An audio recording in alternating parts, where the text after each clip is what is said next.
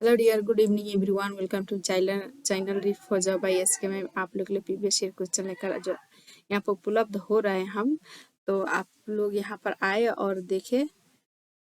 Previous year question करना अति आवश्यक है गया है, क्योंकि ये प्रीवियस ईयर क्वेश्चन करने से ही हमारा कंसेप्ट बनने वाला है और बार बार रिपीट क्वेश्चन भी हो रहा है। तो आप लोग को हेल्प होगा कि एक बार क्वेश्चन को देख लिया जा रहा है, एक बार नहीं बल्कि बहुत सारे पेपर में बार बार ये रिपीट हो रहा है क्वेश्चन।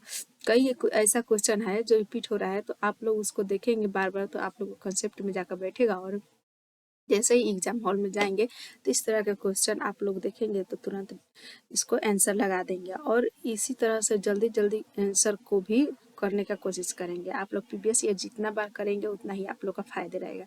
और इसमें देखेंगे कि इस 150 क्वेश्चन से कैसे हम लोग कि टाइम की बचत कर सकते हैं। ये तो आप लोग सीडीपी और ईवीएस हिंदी में थोड़ा टाइम लग सकता है क्योंकि पैसेज में उसको पढ़ना होता है, लेकिन सीडीपी और ईवीएस ऐसा सब्जेक्ट है जो आप लोग को ये प्रीवियस ईयर क्वेश्चन पर ही कॉन्सेप्ट बना हुआ है। तो आप लोग इसको जल्दी जल्दी करेंगे तो आप लोग का यहाँ पर आदत बन सकती है कि इतना टाइम में क्वेश्चन हम सॉल्व कर पाएंगे। तो यहाँ पर देखेंगे सीडीपी का क्वेश्चन जो 4 जनवरी का 21-22 में एग्जाम हुआ था, तो 22 जनवरी ये 4 जनवरी 2022 का क्वेश्चन है। तो यहाँ पर क्वेश्चन हम लोग देखेंगे सीडीपी और पार्ट बाय पार्ट बहुत ही एक्सप्लेन के साथ हम आप लोग को दे रहे हैं। तो आप लोग को फायदा लगे, अच्छा लगे तो इसके लिए लाइक और सब्सक्राइब जरूर कीजिएगा, क्योंकि हमें भी मोटिवेशन मिले तभी जाकर हम आप लोग के लिए और बहुत सारा यहाँ से क्वेश्चन उपलब्ध कराएंगे। थ्योरी क्लास स्टार्ट कराएंगे, जैसे जैसे आप लोग मांगेंगे आप लोग के मांग के अनुसार हम आप लोग को उपलब्ध देंगे। ओके, तो यहाँ पर देखेंगे निम्नलिखित में से कौन सा स्थूल कौशल के उपयोग का एक उदाहरण है। तो देखेंगे आप लोग कि ये होता है स्थूल और सूक्ष्म कौशल होता है। फाइन स्थूल कौशल को ये जो हमारा विकास होता है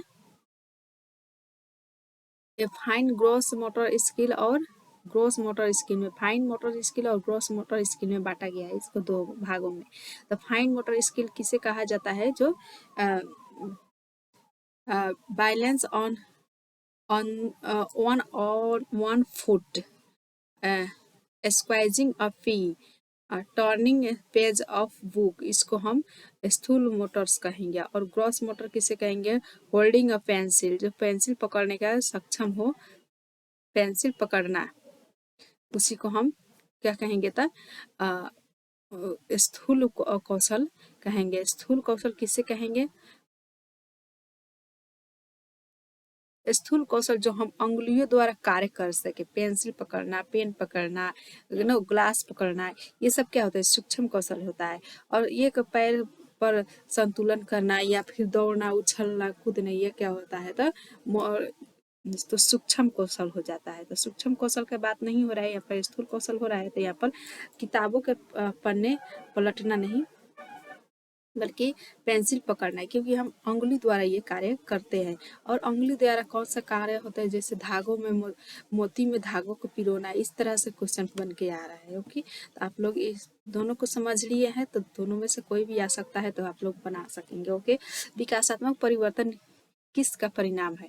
तो देखेंगे विकास जो होता है किसके परिणाम से होता है? आनुवंशिकता और पर्यावरण परिस्थितियों को अनूठा संयोजन के द्वारा होता है। यही सही है, क्योंकि आनुवंशिकता पर्यावरण नहीं रहेगा या फिर एक रहेगा तो उससे नहीं होगा। केवल सामाजिक है तो आनुवंशिकता पर ही, और ना ही ये तो सब नेगेटिव हो जाएगा। ओके, ये हमारा पहला ही सही है। 2 वर्ष से 6 वर्ष की अवधि को क्या कहा जाता है? तो जब ये 0 से 2 वर्ष होता है तो इसे शैशवावस्था कहा जाता है। ओके, और 2 से 6 वर्ष की अवस्था को प्रारंभिक बचपन की अवस्था कहा जाता है। और 7 से लेकर जो 10 तक 11 तक होता है उसे मध्य बचपन कहा जाता है। और 11 से लेकर आगे प्लस जो होता है उसको हम किशोरावस्था कहेंगे। तो हमसे पूछा जा रहा है कि अवधि 2 वर्ष से 6 वर्ष की अवधि के बीच यह प्रारंभिक बचपन कहा जाता है। ये किसने कहा है? तो जीन पियाजे ने कहा है।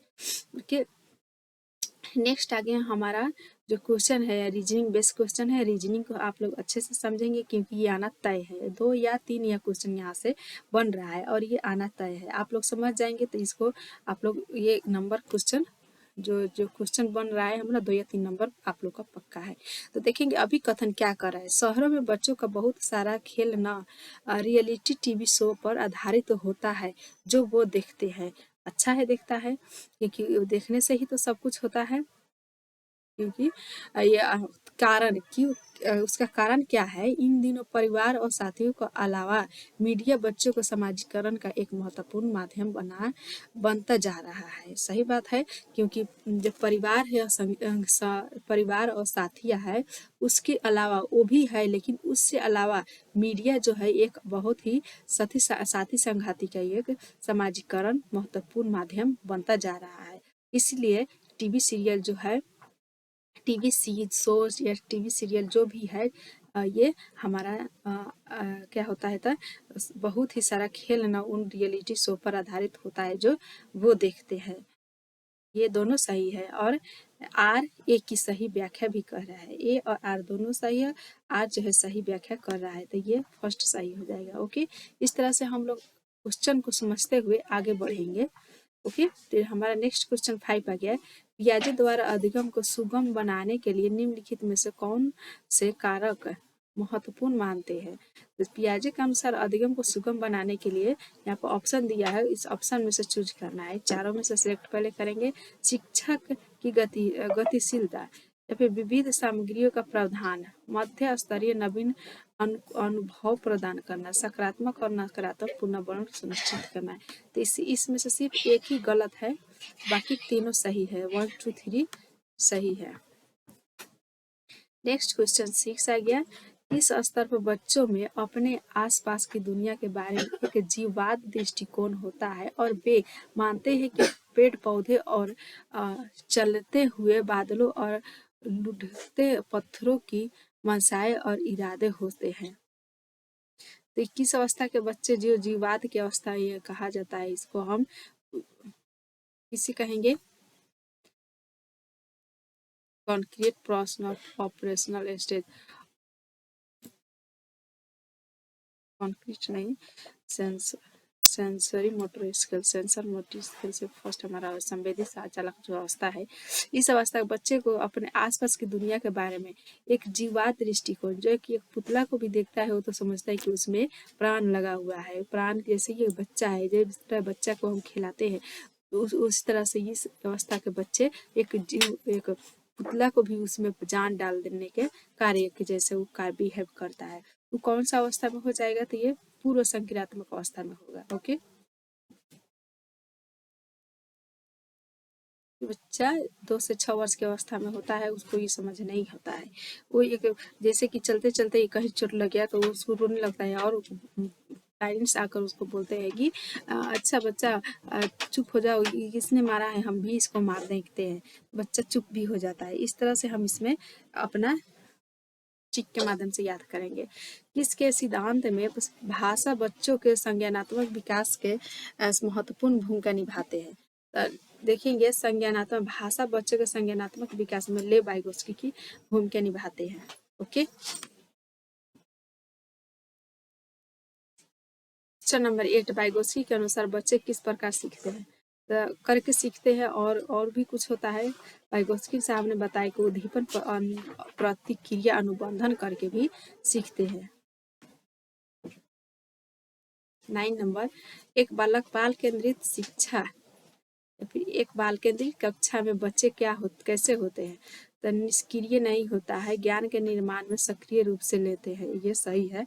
आगे भी देखिए, ब्लैक बोर्ड के उत्तरों के प्रतिलिपि बनाने के अग्रसर होते हैं। केवल जहाँ देखेंगे उसे नेगेटिव मानेंगे, ये भी गलत है, लेकिन ये सही है। ज्ञान के निर्माण में सक्रिय रूप से लगे हुए होते हैं। नेक्स्ट क्वेश्चन, निम्नलिखित में से कौन सा या फिर सही सुमेलित युग्म है। तो यहाँ देखेंगे इस 4 जो है इनमें से सबसे अच्छा जो सुगम सबसे पहले क्या होता है कि अच्छा लड़का अच्छा लड़की अभिविन्यास दूसरे के साथ भला बनकर अनुमोदन अर्जित करता है। अच्छे दूसरों के साथ भला करने से ही उसको मतलब उसको मिला जाता है कि तुम बहुत अच्छे हो और अच्छा कार्य किया हो, इस तरह से करते रहना, इस तरह से प्रोत्साहन मिलता है उसको। ओके, और यही सही भी है। ये देखेंगे, सजा और आज्ञाकारी अभिविन्यास कानून तय नहीं है, अपितु समाज की भलाई के लिए बदला